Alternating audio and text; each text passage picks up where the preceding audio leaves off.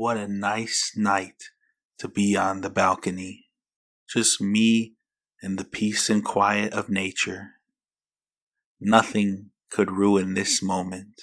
Hey guys, it's Zach here, and today we're talking Friday the 13th Part 2 and why it's a successful sequel. So, Friday the 13th came out, it was a huge hit, mega success. So naturally, you gotta make a sequel, right? Or a dozen sequels. But Friday the 13th Part 2 was released only a year later in 1981.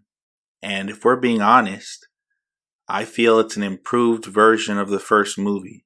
I like the characters better. You get the debut of Jason Voorhees as the killer. You get a better final girl in Ginny. Overall, this is just a better Friday the 13th movie. So we're going to talk about it right now. If you like these videos about Friday the 13th and any other horror movie, be sure to subscribe so you don't miss anything. So, Friday the 13th Part 2 opens up and you see someone walking down the street. So mysterious. Then we see Alice is asleep and she has a dream of the whole ending of the first movie, which they actually show us. This is one of the problems I have with the movie. Why are you showing us the entire last act almost between Alice and Pamela when we've already seen it? I guess it's to pad the runtime, but I don't think it's very necessary.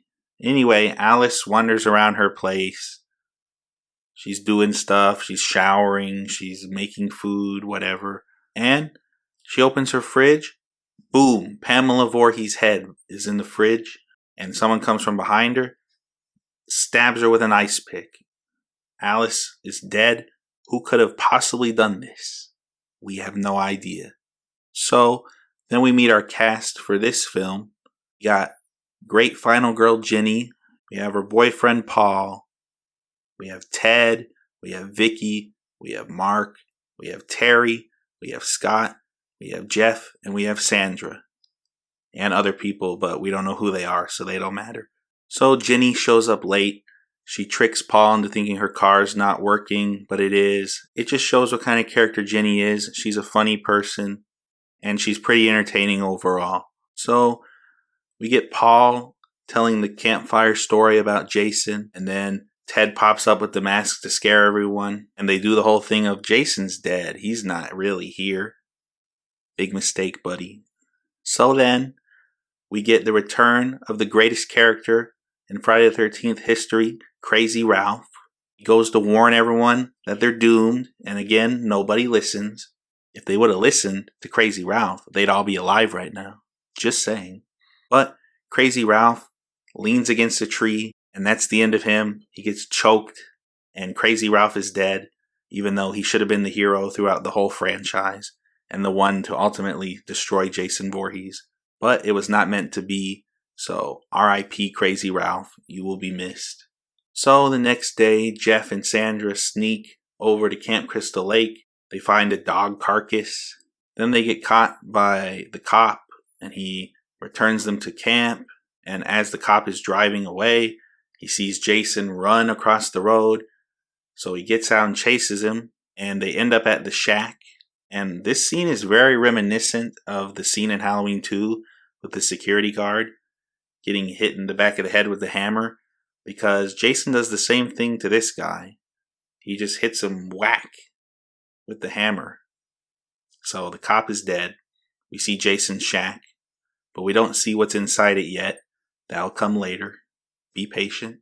So at the camp, Paul says, "Oh, let's go for a night on the town one last time." So a bunch of them go, including Ginny, including Paul. Jeff and Sandra are forced to stay behind because they snuck off. That's just not fair, right? And a bunch of others stay too, like Mark and Vicky. Basically, the victims for the rest of the movie are the ones that stay. So Ginny and Paul are talking at the bar about Jason and how he had to watch his mother get killed, and how Ginny believes it's not just a legend, but Paul tells her it's just a legend. Gee, guess who was right about that one? So, back at the camp, we have Terry skinny dipping, which I'm not going to complain about. We get Scott the pervert taking her clothes. which again, I'm not going to complain about. Timmy, is that a naked woman I see? No, Mom, don't worry about it. It's okay. Scott ends up getting caught in a trap. He's hanging upside down, and he gets his throat slit. Terry comes back to help tie him down. She sees that he's dead. She runs directly into the camera, and I guess that kills her, because we never see her ever again. So, Mark, Vicky, Jeff, and Sandra are all hanging out. Sandra tells Jeff, hey, let's go upstairs. So you know what they're going to do. They're going to play strip Monopoly, obviously.